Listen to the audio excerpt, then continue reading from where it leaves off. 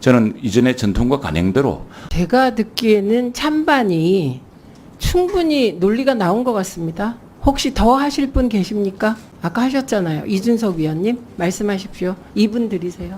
예, 사실 방금 전에 국민의힘 의원님께서 말씀하신 관행에 맞지 않는다는 지적도 일리는 있습니다만은 저는 윤석열 정부 들어서 가지고 결국에는 국회 권위와 그런 어떤 청문 결과를 존중하지 않고 임명을 강행한 사례가 많기 때문에 아마 그것도 관행에 맞지 않다고 지적해야 될 것 같습니다. 그래서 가장 최근에 아마 국민들이 기억하고 계신 청문회 중에 하나가 인상적으로 기억하실 청문회가 여성가족부 장관 후보자 김행 후보자에 대한 청문회였을 겁니다. 그런데 그때 그 과정을 보면은 하루로 모두가 진행했더니 자료 제출 요구 등을 거부하고 제대로 응답하지 않으면서 하루만 버티다라는 자세로 가다가 이틀째 되어서 이제 낙마에 이르는 수순으로 가게 되었고, 전 그렇기 때문에 지금의 비정상적인 상황 속에서는 아주 엄밀한 정밀한 검증을 할 필요성이 있다라고 저는 봅니다. 그래서 국민의힘 의원들께서도 방금 최수진 의원님께서 말씀하신 내용도 충분히 합리적이지만은 지금 이진숙 후보자 같은 경우에도 매우 엄정하고 엄밀한 검증을 받을 것 정도는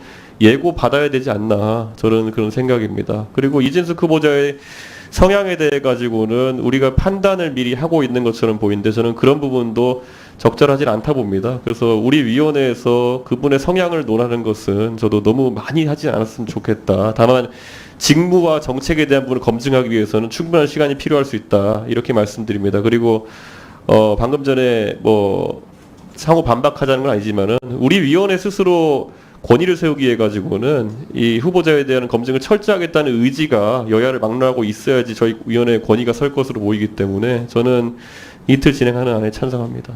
네, 잘 들었습니다. 네, 이제 더 의견 말씀하실 위원님들 계십니까? 없으시죠? 저 충분히 들었다고 생각하고 제가 양쪽의 의견을 다 들었습니다. 그리고 이틀로 올리는 게 좋겠다고 제가 판단했습니다. 그거는 이준석 위원님 말씀하고 거의 비슷한 이유였습니다.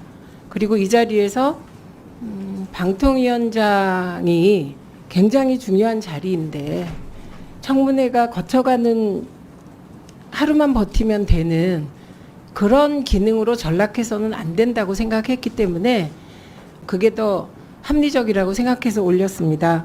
네, 이준석 위원님. 예, 위원장님, 저도 그 연예인 명단에 대해 가지고는 저도 이분들 개인적으로 알고 있는 분들도 있고 어떤 취지에서 참고인 신청이 되었는지는 잘 이해할 것 같습니다. 그리고 그런데 저희가 봤을 때 이것은 이준숙 위원장이 해명해야 될 부분이고 어떻게 보면 명백한 과오임이 분명한 부분인데 최근같이 진영 대립이 극렬한 상황 속에서 이분들이 참고인으로 출석을 요구받았을 때 출석 여부 자체가 어떤 진영 간의 갈등에 활용될 가능성이 좀 있어 보입니다. 그렇기 때문에 이 부분에 대해서는 필요한 인사가 있으면 부르되 명단을 최소화하는 것이 어떨까라는 것이 개인적인 의견입니다. 사실 이분들 요청을 받으면은 어떤 개인적인 사유에 따라서 불출석하는 것도 지금과 같은 상황에서는 상당한 정치적 부담을 가질 수밖에 없는 상황이고 어느 지점과 함께 하느냐 이런 식으로 몰아갈 가능성이 있기 때문에 이분들은 대중의 인기를 먹고 사는 연예인인데 저희 위원회에서 이진숙 후보자 검증에 필요한 부분 이상으로 너무 많이 부를 필요는 없지 않을까, 그런 의견을 개진해 봅니다. 네, 잘 들었습니다. 혹시 지금 이준석 위원이 말씀하신 부분에 대하여 답변해 주실 분 계신가요? 일단 저희가 참고인에 대해서는 출석 의무가 없기 때문에 사실 참고인으로 의원님들이 요청해 주신 분이 40명 정도 되거든요. 근데 그분들의 상당수는 이준석 위원님의 판단에 따라 안 나오실 수도 있다고 생각합니다.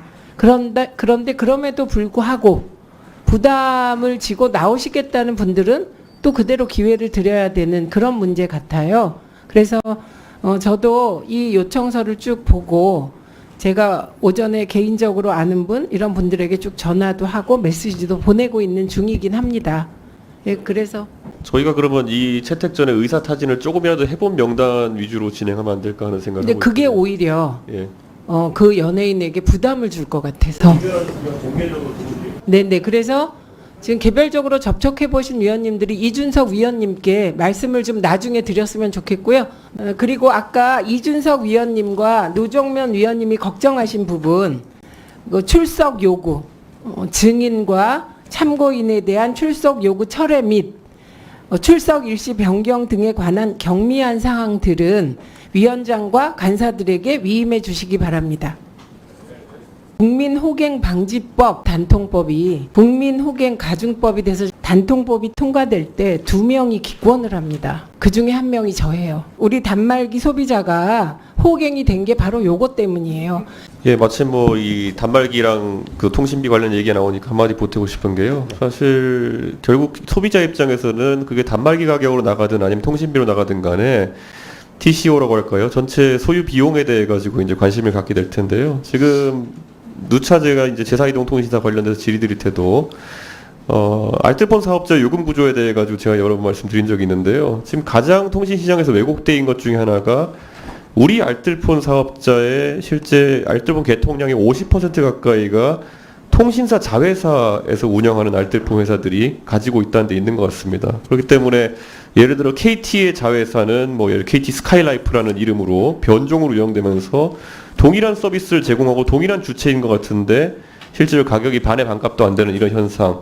그럼 저는 이 지금 통신사가 가져가는 마진에 대한 부분이 상당 부분 나중에 또 어떤 형태들은 보조금으로 또 돌아오는 그런 도돌이표 구조라고 생각하는데, 저는 이번에 우리 위원회에서 단통법에 대한 부분을 개정하면서 동시에 통신 요금 자체에 대해서도 저희가 한번 짚어볼 필요가 있고, 특히 자회사와 그러니까 알뜰폰 자회사와 본 회사의 이중 가격 구조에 대해 가지고는 일정한 규제를 둬야 되는 것이 아닌가, 저는 그런 생각해서, 원래 아까 위원장이 말씀하실 때 단통법을 처음 입법할 때 두 가지 취지가 있었습니다. 첫 번째는 위원장께 말씀하신 출고가 인하의 목표가 있었는데 그것은 방금 위원장님께서 말씀하시는 상황에 따라서 진행되지 못했습니다. 그 다음에 통신사에서는 요금 인하했는데 그것에 있어서 알뜰폰 정책과 병행하는 과정에서 통신사 자회사의 알뜰폰을 열어주면서 굉장히 이중구조가 고착화된 상황이거든요. 저는 그래서 이 통신비 인하에 대해 가지고 단통법의 실패를 딛고 우리가 지금 통신사에게 특혜주고 있는 부분 같은 부분을 정확하게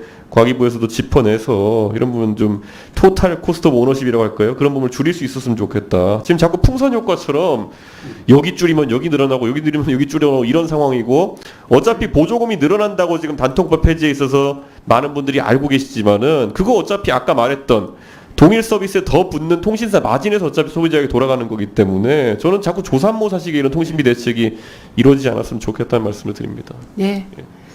저희가 만약에 22대 국회 과방위가 통신비 인하를 목표로 뭔가를 한다면 이번엔 정말 실효성 있는 제도를 만들었으면 하는 바람이 있습니다.